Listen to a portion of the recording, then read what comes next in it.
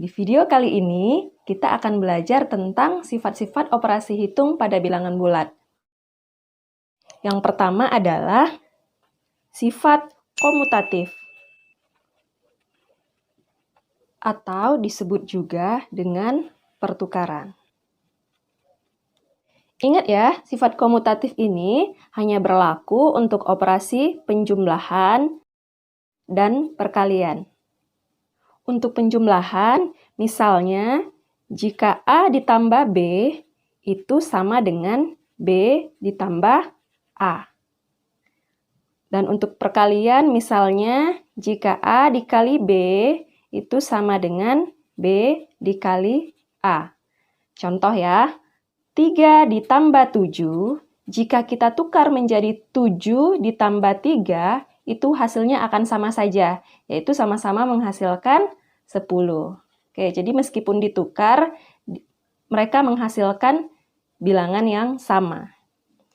Untuk perkalian juga seperti itu, misal 4 dikali 5, jika kita tukar menjadi 5 dikali 4, itu hasilnya akan sama saja, yaitu sama-sama menghasilkan 20.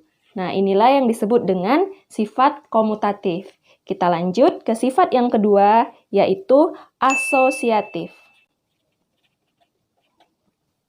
Sifat asosiatif ini disebut juga dengan sifat pengelompokan. Sama seperti sifat komutatif, sifat asosiatif ini hanya berlaku untuk operasi penjumlahan dan operasi perkalian. Misal jika A ditambah B, kemudian ditambah lagi dengan C, itu sama saja dengan A ditambah dengan B tambah C. Kita langsung ke contoh. Misal 2 ditambah 3, 5, kemudian ditambahkan lagi dengan 5, itu hasilnya akan sama dengan 2 ditambah 3 tambah 5. Nah, maksudnya seperti ini. Operasi sebelumnya, 2 ditambah 3 dulu, lalu ditambah dengan 5. Ini hasilnya akan sama dengan 3 ditambah 5 dulu, nanti hasilnya baru ditambahkan dengan 2, yaitu sama-sama menghasilkan 10. Untuk perkalian, misal A dikali B, kemudian dikali lagi dengan C, hasilnya akan sama dengan A dikali B kali C.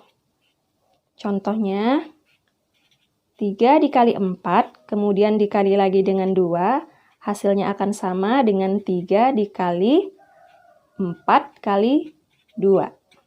Jadi yang sebelah kiri, 3 kali 4-nya dikalikan dulu. Kalau yang sebelah kanan, 4 kali 2-nya yang dikalikan dulu. Nah, ini hasilnya nanti akan sama saja, yaitu menghasilkan 24. Kita lanjut ke sifat yang ketiga, yaitu sifat distributif. Sifat distributif disebut juga dengan penyebaran. Sifat ini berlaku untuk operasi perkalian terhadap penjumlahan dan perkalian terhadap pengurangan. Misal, jika A dikali B ditambah C, ini hasilnya akan sama saja dengan A kali B ditambah A kali C. Untuk perkalian terhadap pengurangan, itu hampir sama. Jika A dikali B dikurang C, hasilnya akan sama saja dengan A dikali B, kemudian dikurang dengan A dikali C. Contoh, 2 dikali 3 ditambah 4, hasilnya akan sama saja apabila kita sebar menjadi 2 kali 3 ditambah 2 dikali 4. Oke, kalau ini kan dijumlahkan dulu, 3 kali tambah 4, 7, baru dikali dengan 2. 2 kali 7, hasilnya 14. Sedangkan pada operasi yang sebelahnya, 2 kali 3 dulu, 6, lalu ditambahkan dengan 2 kali 4, 8. Jadi 6 tambah 8, 14. Hasilnya sama saja ya.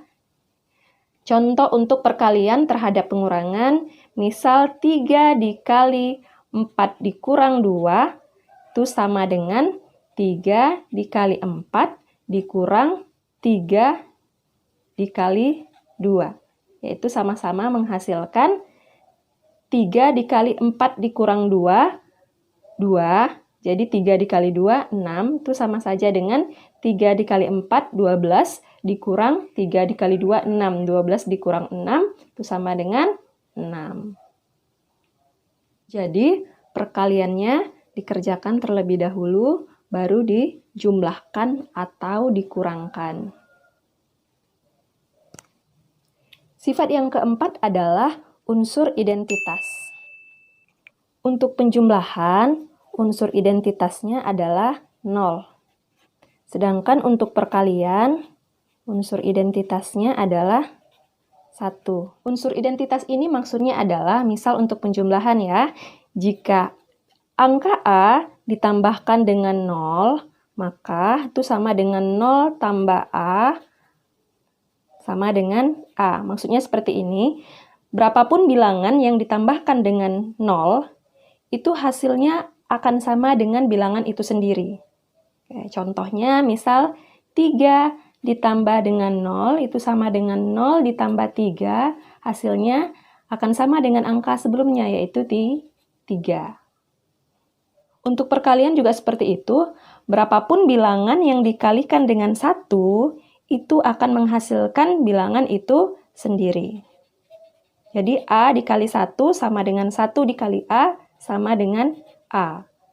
Untuk contoh, kita misalkan 3 dikali 1, itu akan sama dengan 1 kali 3, dan akan sama dengan 3.